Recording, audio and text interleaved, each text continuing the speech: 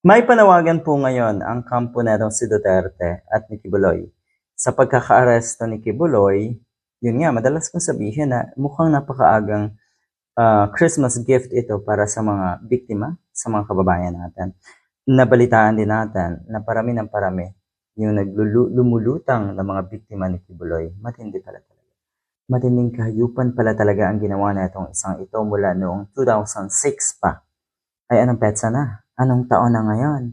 Ibig sabihin, namamayagpag ang kademonyohan na ito si Kibuloy sa loob ng halos 20 years. At yan po ay hindi nakita ng mga sunod-sunuran na ulupong na itong si Kibuloy. Taga-suporta ng kulto na itong si Kibuloy. Ngayon naman, dahil nga sa pagka-aresto kay Kibuloy, siyempre naging usapin kung arestado ba talaga or sumuko. Pero bottom line, kahit pala personal na sumuko itong si Kibuloy, sumurrender, or voluntary yung kanyang pag-surrender, yun pala ay matatawag din na pagka-aresto. Kaya good job pa rin sa ginawa ng PNP at DILG.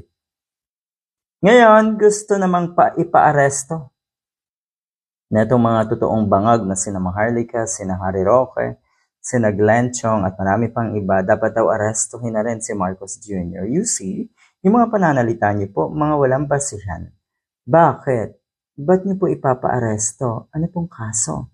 Meron most wanted ba itong nasa Malacanang ngayon? Meron ba kayong naihain na kaso? 'Di ba?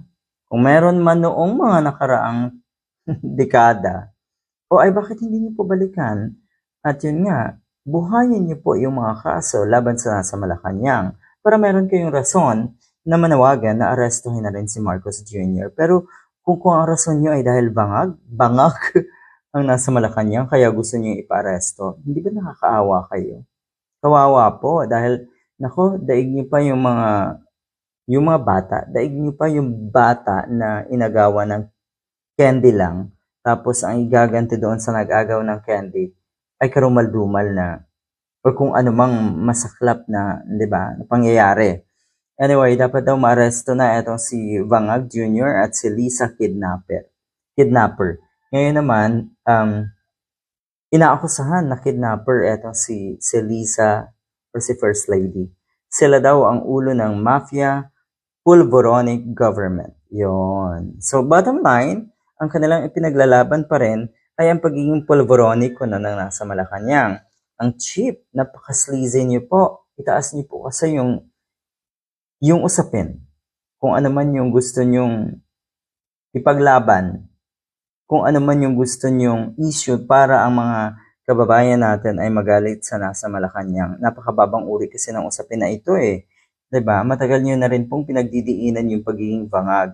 At dahil wala na kayo siguro makitang ibang issue pa, ayun, nakastick pa rin kayo dito sa bangag issue ko na or pagiging pulveronic. At yun daw ang dapat maging rason para nga umalis na sa Malacanang at arestuhin na ang presidente. Good luck sa inyo!